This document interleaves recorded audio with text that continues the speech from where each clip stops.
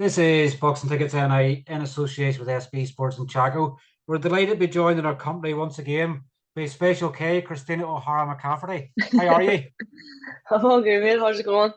Struggling on, I guess. We're starting to get into winter season, and you're obviously down with a chesty cough. So we're obviously Still down. apologies to everybody in advance if you're not that badly under the Really weather. You're just cough. recovering. Don't worry about Um, it. but 3 weeks now. I've been sick. 3 weeks. It's Got that sick. it's that love affair with boxing. It's sort of between fights, I guess, when you're not in camp. Yeah, It's like get me back. I It's know. I know. I'm dying to get back to the gym, like, but obviously I can't go down because I'm not well. But um, there's not much you can do about that. You have to listen to your body, and my body's telling me I need rest. definitely rest always a good thing when winter season kicks in. We're just under a month since your third pro fight. I guess it was a sort of a long sort of build up to your third pro fight as well, because obviously it was initially postponed and it was put back a few Hmm. weeks. I guess Yeah. you're always critical in your performances as well. How would I know in your first two fights you're saying I could have done this, I could have done that. I don't think you could really complain about that last fight. Um. Well, the camp to it was really really long. Um. It was initially supposed to happen, and then it was put back another 6 weeks prior to that, and we had already done a maybe 6 week camp already. So we were in camp for like 14 weeks or something, and it was really, really long, but it obviously benefited, which I took the positives from it, where you go, it's an extra couple of weeks to prepare even more. And obviously my initial opponent was supposed to be Brenda, and she was offered a world title fight. So the week before, um, I didn't have an opponent, so I was kind of like stressful too. Um, and then in the end, then I got Judith, and look, look, it was a great fight. I don't think I could really pick much of things that I'd done wrong in it. Um, I do think there was times there where I took my foot off the gas. Um, Part of me was, this is my because it was on such a big broadcast. It was on the BBC. Hmm. I wanted to give 6 rounds of good, solid boxing. So there was definitely times where I took my foot off the gas and allowed time to recover. And I think, um, I boxed well, and um, I worked on a lot of things from the last two fights that I wasn't happy with in terms of like your distance and your timing, and just really getting back in the fight again. So there is a lot of positives to take away from it, and I was happy with the performance, and everybody else was happy with the performance too. So it was a good night for the team, and it was a good night for all the other. I think we got a clean sweep. And Lauren Parker, obviously, she won the Intercontinental title. Um, Paige won her fight, and everybody boxed brilliant. It was great atmosphere, and it really felt like it was a real, it was a real professional show. Um, and credit the Susanna and the team for putting that on, because it was a wonderful display. Like, Your first six rounder as well, I guess. Obviously, you probably sparred it, loads and loads. But I guess what you're saying that you're sort of, you just sort of drop the pace. I guess sometimes you have to understand obviously how you can go 6 rounds, because there's such a jump. You know, if you even decided next, say for instance, your next fight was for the European belt, that's over 10 rounds. The same distance as a world title fight. So it's not like hmm the European titles over 8 rounds or anything like that. There's big jump ups. So you obviously need yeah. to sort of pace yourself over a 6 round fight just to see how you prepare for it, and maybe what you might need to do if you were to go over 8 or over 10 rounds. So it's, I guess, in good ways, it's like good preparation for the future. Yeah, well, for our four rounders, I always spar 6 rounds anyway. You know, um, at good high pace, just to make sure you could do even just the 4 rounds at a high pace.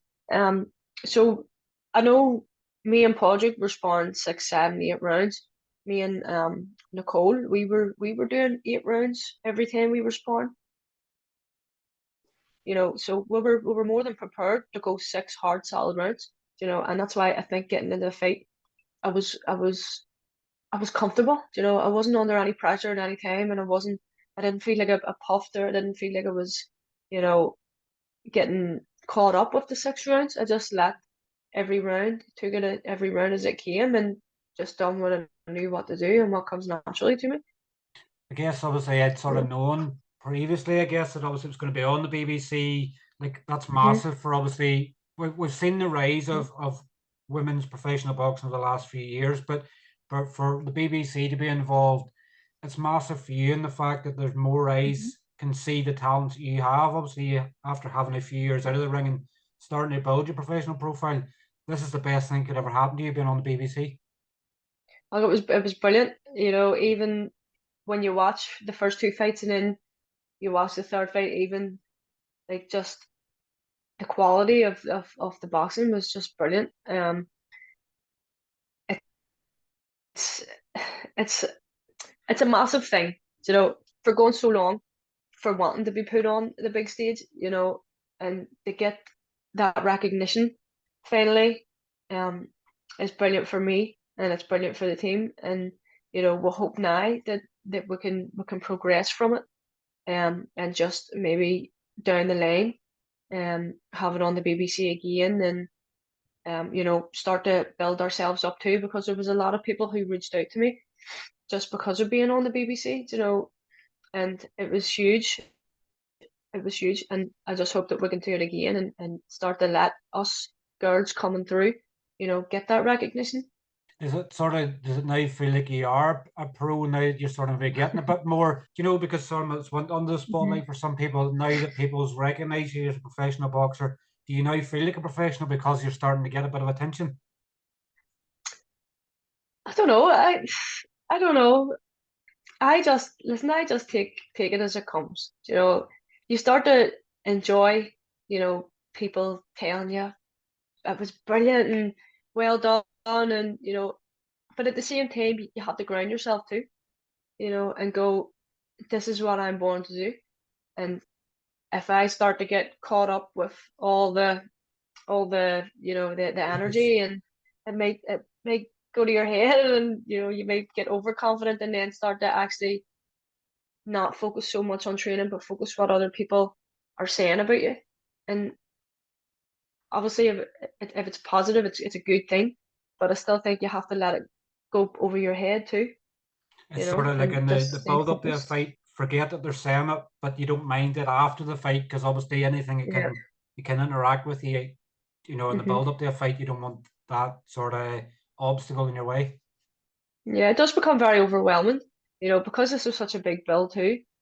And because it was being displayed on the BBC, there was a lot of pressure there. And especially because we didn't know who we were fighting until like a few days before, the week before, whatever it was. And you're going, this has to be, this is going to have to be a really good display of boxing, because it was worldwide, you know, and everything just had to be perfect. And for me, I don't feel like it could have went any better. I mean, the build up to it was brilliant, and we had a great night on the night, and I was just glad to get home and have it done with and just see my son and have a pizza. I get your pizza. Definitely. I knew the pizza was going to come in there somewhere. It always does. Have to, don't forget about the pizza. I guess sort of something else I want to mention as well is state of the art gum shields. Obviously, obviously first time they were hmm obviously brought in. Did you feel sort of anything with that? Because it's not your gum shield you're used to. I guess it's molded probably in the same way, but during the fights and stuff, they're able to tell by obviously grinding your teeth and throwing punches that they were able to get hmm information from that. Did that feel hmm any way strange to you? You're sort of having something that's in your mouth gathering information for viewers and things back home. Well, I had the gum shield from the first fight. Um, there was a few minor issues with it in the first fight, and I didn't get wearing it. But after that, we got it sorted. I've been wearing it in sparring, just to get obviously used to the new gum shield. I wore it in the second fight too, um, and then I wore it on the third fight, and I was able to see on Paige's fight that they were putting the statistics up through every round, whereas I don't think they've done that with mine. Um, but they did say that it was minimal to zero contact on it. So That's probably why they didn't put the You can't let information things up. like that. You can't let things like that distract you either, you know. And I think that was the reason that they gave us it so early, so we could get used to it and could, you know, obviously get the feel of what it was going to be like. And it's different from a normal mouth guard. But the fact that they were able to do that and get up the statistics and tell you them after the fight was incredible. I mean, it's such a huge step for boxing itself. Definitely. I guess people want to know them sort of statistics. Hmm. Obviously, praise you've sort of had since obviously Hannah Rinkin the night. I thought you were bribing her at one stage. She didn't have one bad word to say about you whatsoever in commentary, but Hannah Rinkin was obviously she's become a massive fan. Carl Frampton's obviously come out and said a lot as well. Obviously, you know, probably arguably one of our greatest ever boxers and Belfast in particular. That sort of praise you're Hmm. getting afterwards now. How does that feel? Does that feel is it just another day at the office that people starting to give you praise, or is it something that means a lot to you? The fact that people that you probably idolized, like Carl Frampton, is giving you a bit of respect back. Does that now go? We're getting somewhere. Well, yeah, but you know, it still comes as a shock that people like that are able to mention my name. You know, these people are so far up in the boxing world, and just to have them even mention your name is massive. Do you know, if it does feel you go like this is something I've worked my whole life for, and like from the age of 11, I've been in the gym, and it wasn't always getting the recognition. You know, and after your third fight, even after the first fight, you know, even Ankrala and the guys who were commentating on the nights have said from day that you know I'm going to be a world champion, and to hear it, more people saying it, you know, you do start to believe it, and it does give you confidence. But as I say, you have to ground yourself, and you have to. I fully believe in what I'm going to do on my journey, and then I see other people believe in that is massive for me, definitely. Obviously, I know I said obviously after the fight that I now believe it's you need to be given the opportunity to have a homecoming. I guess you're probably the perfect probably person for Unified Promotions to have as you believe in the process and what they're going through. Has there been any talks with obviously Susan and the fact of let's give Belfast a bash here? You know, obviously all the cards, particularly being around Sheffield and stuff like that. Give Belfast a crack because Irish boxing is booming. You know, we've obviously had eight history makers obviously come back from the European Championships. Mhm. Katie Taylor, obviously, you know, Croke Park next year's looks like it's done and dusted. Now is it the Mhm. chance that Unified Promotions can delve into a bit of that and bring, you know, probably the first, you know, will be the first headline female card in Belfast. You know, bring it into fruition for you. Mhm. Yeah, it is definitely something that we've been talking about. Um, and we are hoping that we're gonna try our best to get on this Croke Park bill if it happens. You know, but as I explained to you earlier, about I love fighting away. Um, it gives me time to come down from being a mummy and actually allow me to switch on and be a professional boxer. So when you're thinking like down the line, Croke Park, if that was to happen, like it would be so huge for boxing itself to have Katie Taylor home fighting, you know, and even just thinking about being on that is so surreal to me, you know, and I just hope that we can make it happen. We have me and Jared and Suzanne and the team have spoke about it, and it's really it's up to them now, you know, to make that happen or to work something else out. But it is something that we're definitely talking about. It is just when you're speaking there, I'm going 80,000 people in Croke Park. You know, maybe even more than 80,000 people. That's enough Yeah, to nearly make your knees tremble alone just to think of walking out yeah, and sort of, you know, in that sort of atmosphere. I guess with you yeah, not being aligned to the matchroom or the zone or anything like that, I guess, you know, every box on the planet's going to want on that card. It's yeah. you know, it's probably as to what sort of trend they go. I know they're not going to go like Boxer didn't go for the whole female fight card match. From obviously, I have Kevin at Yargo and Gary Cully, Hmm. and they have links to Hmm. obviously Thomas Carty as well. What do you think Yeah. you need to do between now and probably potentially the fight being announced? Just keep being yourself, or just trying to get yourself in a spotlight too, Eddie Hearn? Well, I'm not really too worried about that. I feel like me as a person and as a fighter, I'm doing everything right. I'm working hard in the gym, and my fights are showing that. So I think really it's up to the team, or for somebody to put it out there. That, like I was saying to you earlier on, that there isn't really a lot happening for Irish female professional boxers. The amount of us is quite small. And I think that if they didn't get me on this bill, it would be a shame. You know, and it would, for me personally, it would be somewhat of a shame, because I think everybody knows now what I can do in the ring, and to not put that under the Katie Taylor bill would be shameful. I do. We're obviously coming up in a year. Obviously being a pro, obviously then a couple of, well, 3 weeks tomorrow, you've been a pro a year. You've had 3 fights so far. Is it maybe do you maybe wish you'd maybe had one or two more to sort of, but I guess it's the fact that when we're coming out of sort of COVID times and everything else, it takes planning and preparation. You need a bit of recovery and things like that. Do you maybe wish you'd maybe had one or two more fights within that year, or are you just happy how it's progressed so far? No, definitely. I definitely would like to be a bit more active, but I am also really happy with how far we've came from where we started, and a year isn't really a long time either, to be trying to figure out the program too, because it still feels like it's really fresh for me. Um, trying to get used to certain things that I didn't do before, and getting used to the traveling away, and even because I still feel like I'm a new mum, Mhm. and trying to do that on top of learning how to be a new pro boxer too. It's all just about trying to find that balance. And I think what we're doing at the minute, and is where we need to be. And it's like, I know that everybody's sort of saying that you can be fast tracked now to a world title. For you personally, do you probably maybe feel that you still have a stabilizers on it? You don't want to go into a world title opportunity and not beat your best. So do you feel like you maybe need another one or two fights to sort of build the momentum up? Maybe another 6 rounder and then maybe an 8 rounder to prepare yourself for maybe a potential world title fight.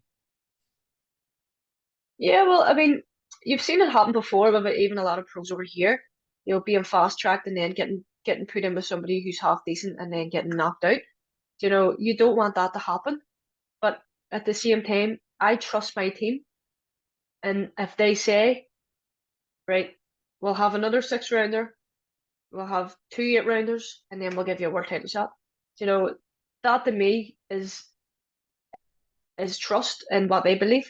So, I mean, even with Jared too, Jared is very precise in the way that he talks and about timescales, and I think he would be also happy with maybe another few fights first.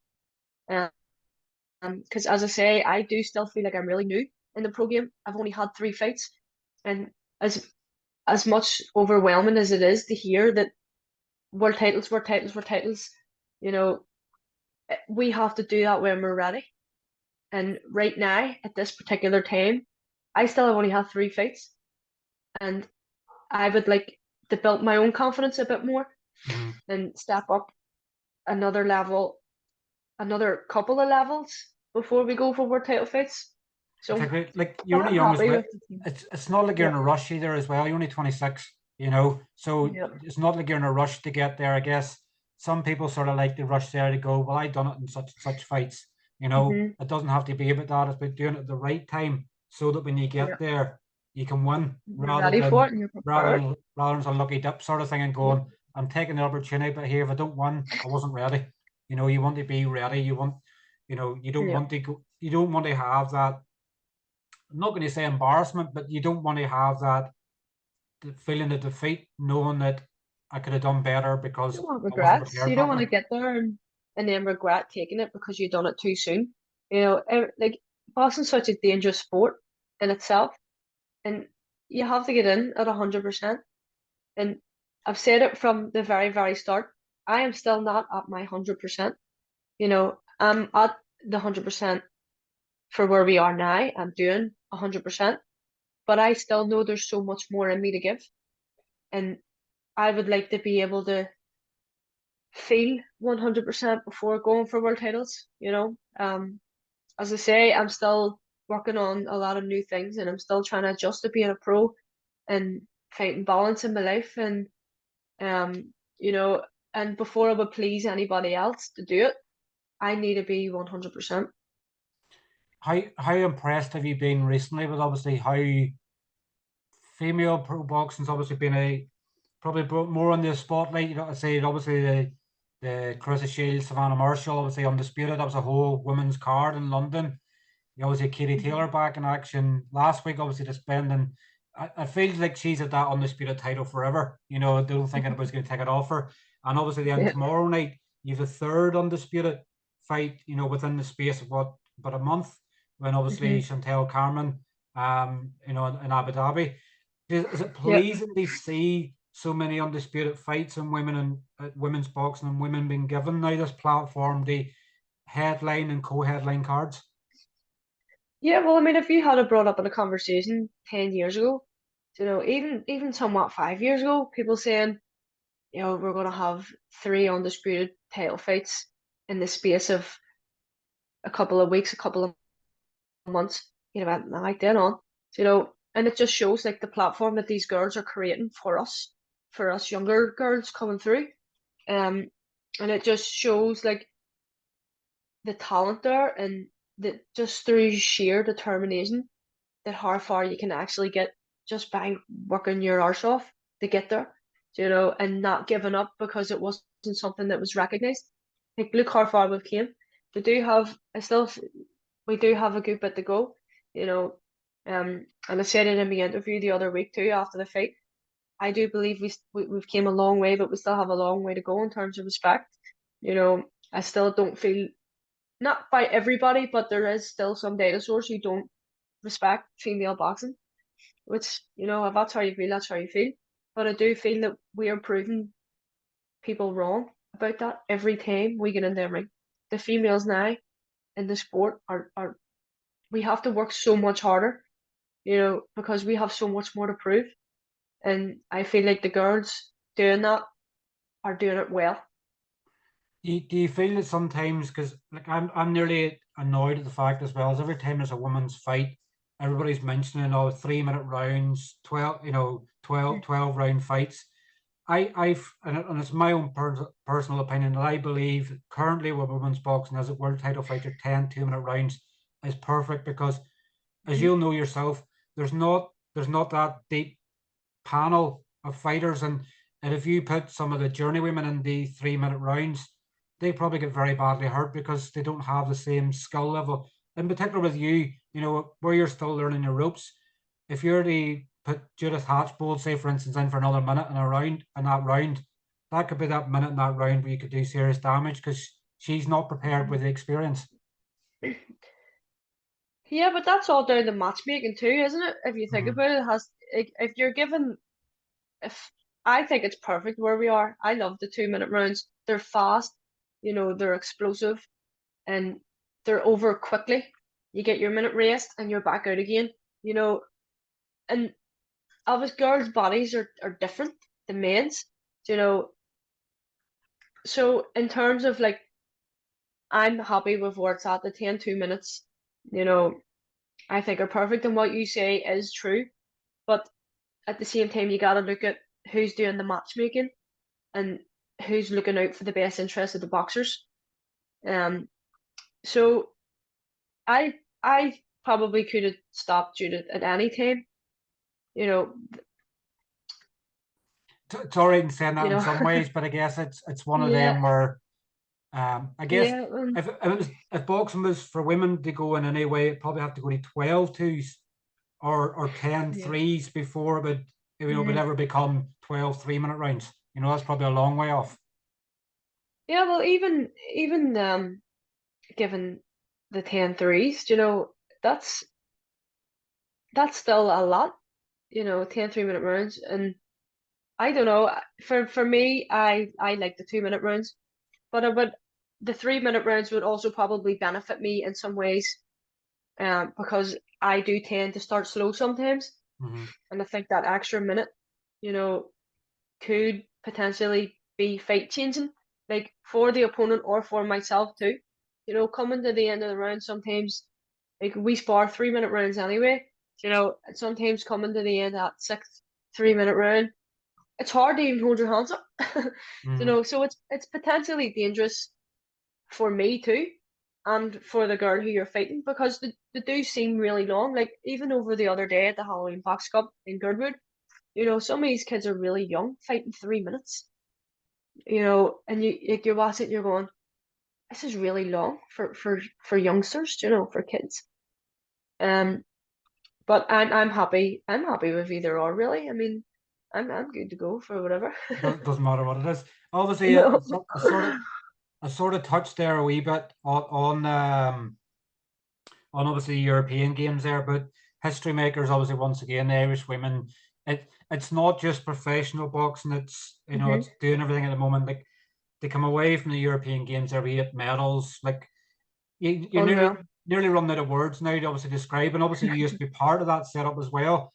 I Yeah. guess when you look at probably people like, and I'd probably say one of the biggest shining lights at the moment is Amy Broadhurst. It doesn't seem to. She sparred with Katie in the lead up to the Serrano fight, and Hmm. since then, like I think I mentioned to Amy and sort of saying, what's that training with Katie done to her? It's she's now just on the verge of she's nearly she's nearly been too good for amateur boxing probably this year. She's been sensational, but Yeah. I guess it fills you with pride to see that so many amateurs still coming through and they're excelling. Probably the women's amateurs are probably doing more than they've ever done before. Oh, absolutely, absolutely, and it just goes to show you too. You know, Amy Broadhurst has been in the boxing for as long as I have.